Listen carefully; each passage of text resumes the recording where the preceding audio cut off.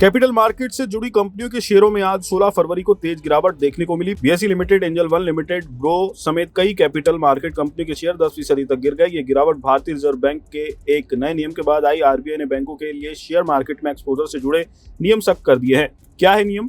RBI ने शुक्रवार को commercial bank credit facility amendment directions 2026 जारी किए। ये नया नियम 1 अप्रैल 2026 से लागू होगा। इसके तहत बैंक अब स्टॉक ब्रोकर्स और दूसरी इंटरमीडिएट्स को केवल पूरी तरह से सुरक्षित आधार पर ही कर्ज दे सकेंगे। पहले की तरह अब आंशिक गारंटी या केवल प्रमोटर गारंटी पर्याप्त नहीं होगी।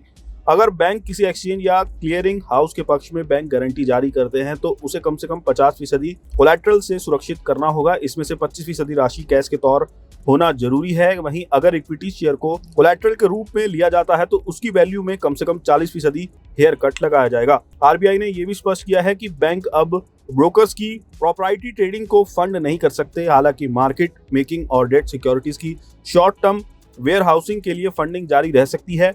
मार्जिनिंग ट्रेडिंग फैसिलिटी के तहत क्लाइंट को दिया जाने वाला कर्ज जारी रह सकता है, लेकिन बैंक को मार्जिन कॉल की शर्तें शामिल करनी होंगी और कोलैटरल की लगातार निगरानी करनी होगी। इन सभी कर्जों को अब बैंकों के कैपिटल मार्केट एक्सपोजर लिमिट में गिना जाएगा।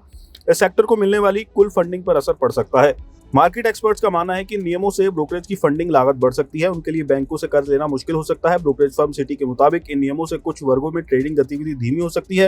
हालांकि कंपनी के मुनाफे पर पूरा असर कितना होगा ये अभी कहना जल्दबाजी होगी। जेएम फाइनेंशियल का कहना है कि इससे बैंक फंडिंग की उपलब्धता घट सकती है। ब्रोकरेज के लिए ट्रेडिंग लागत बढ़ सकती है। ब्रोकरेज ने कहा कि लिस्टेड कंपनियों में एंजल वन को अपने मार्जिन ट्रेडिंग पोर्टफोलियो की फंडिंग रणनीति पर दोबारा विचार करना पड़ सकता है। ग्रो का एमटीएफ बुक तेजी से बढ़ रहा है। ऐसे में कंपनी को विस्तार के लिए पूंजी बाजार से फंड जुटाना पड़ सकता है।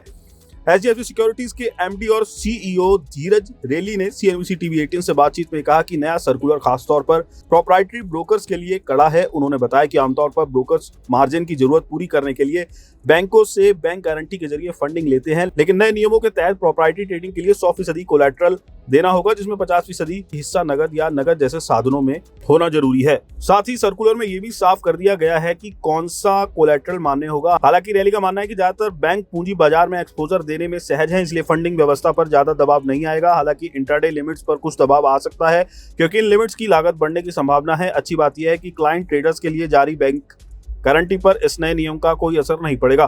कुल एफ&ओ वॉल्यूम में प्रोप्राइटरी ट्रेडिंग की हिस्सेदारी करीब 40% है। अब जो ब्रोकरेज अपनी प्रोप्राइटरी ट्रेडिंग के लिए बैंक गारंटी पर निर्भर हैं, उन्हें 100% कोलैटरल देना होगा, जिसमें आधा हिस्सा नगद में रखना अनिवार्य होगा। इससे उनकी लागत बढ़ सकती है और ट्रेडिंग गतिविधि पर असर पड़ सकता है।